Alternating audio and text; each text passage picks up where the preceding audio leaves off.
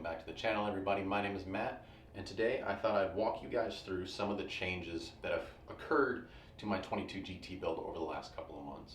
So stick around and we'll talk about it.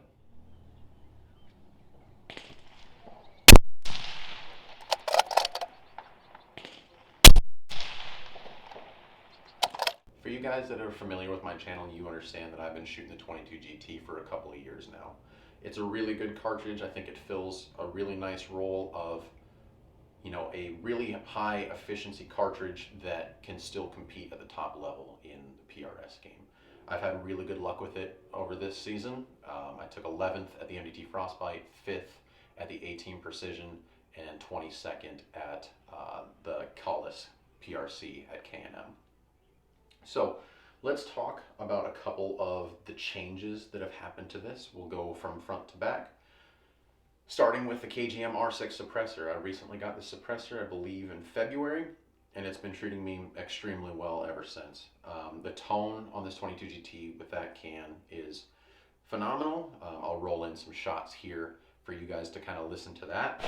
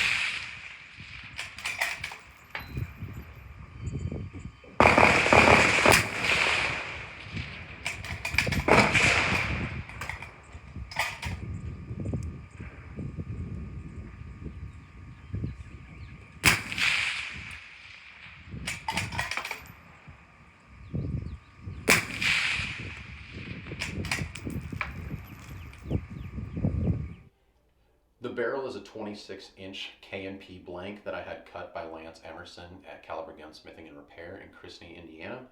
I run the 169 Fray bore that really treats these 88 grain ELDM super well. So if you guys are looking into it, there are a couple of options I recommend going with the 169. For you guys that are, again, regulars, you would probably notice that I'm no longer running the MDT ACC Premier chassis. I have upgraded to the Elite, and I did the Cerakote to it myself. The mainstay, the Terminus Zeus, short action, quick change. I love a three lug bolts. The 60-degree bolt is super nice, super slick. I love how positive it is when it's unlocking. I can feel every time that a round is getting pushed into the chamber. It's really infallible. It's never let me down. I like it a lot. I have changed my trigger. I no longer run Trigger Tech triggers. I have switched to the Bix'n TacSport Pro. This is the single stage with the 90-degree shoe. I'm still running my US Optics FDN25X. This scope has also treated me super well over the last couple of years. I have tested some other ones. I recently won a Zeus LRP S3 at Collis. And I still have my Leupold Mark V, and this one still kind of takes the cake, so I'm going to be sticking with this one for a long time. On the chassis itself, I do run all the dampeners minus the weight. I have put the weight in. I have a full set of internals, the 2 sets of externals, and the Baker Wings.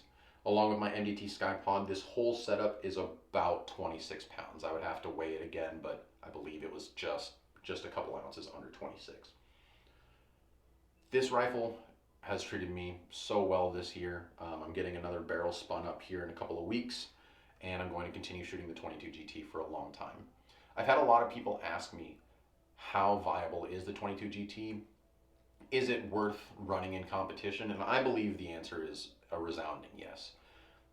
You can take an 88 grain ELDM or an 85.5 Burger or other 80 grain to 90 grain class bullets, run them just under 3,100 feet a second, and be very comparable to, you know, your 6 mil 103s, 105s, 107s. You still have a lot of downrange performance. You still have a lot of downrange energy on target, so you still see a lot of splash. You're still setting off flashers. I've set flashers off to 1,400 yards with this. I think it's kind of a no-brainer, especially with 6mm components that are kind of coming more back in stock, but they're still really expensive. So going the cheaper route, still having the efficiency, still having the accuracy, I think it's a no-brainer. My 22 GT spun up this way at 1,000 yards. My dope is 6.9 mils. So take that for what it's worth. Compare that to your dashers and your traditional 6 GTs, and I think this is kind of a winning package. So to any of you guys that are kind of on the fence about it, spinning a 22 GT, I would say go for it. If you don't like it, you can always take that brass and, you know, size it back up on your next barrel and make it back into a 6 GT, or just buy new brass in general. One thing I will mention, I have run Alpha head stamp 22 GT, and I have run Hornady 6 GT neck down. I have seen better numbers, and I prefer running the Hornady 6 GT neck down to 22.